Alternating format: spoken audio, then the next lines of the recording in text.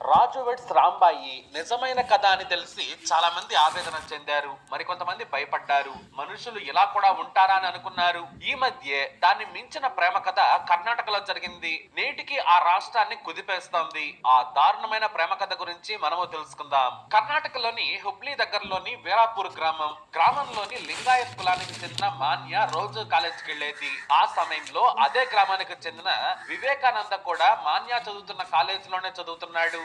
ఇద్దరు హుబ్లీ కాలేజ్ లో చదువుతూ ఉండగా పరిచయం ఏర్పడింది. ఇద్దరు కులాలు వేరు. ఇక గ్రామంలోనే పెద్ద మాన్య తండ్రి ప్రకాష్ గౌడ, వివేకానంద దళితుడు. ఇద్దరు కలుసుకోవడం అనేది జరగలేదు. కానీ కాలేజీ వాళ్ళిద్దరిని కలిపింది. వారి పరిచయం కాస్త ప్రేమకు దారి తీసింది. చాలా రహస్యంగా ఇద్దరు ప్రేమించుకున్నారు.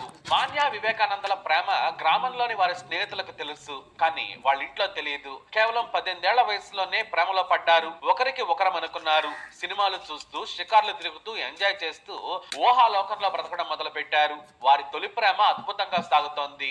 ఇంకా చెప్పాలంటే అమాయకపు ప్రేమని చెప్పొచ్చు.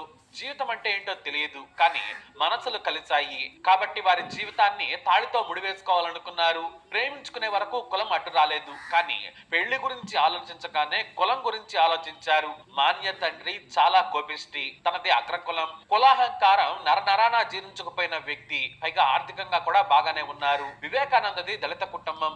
ఆస్తి లేదు. చిన్న రేకుల ఇల్లు, కొంత వ్యవసాయ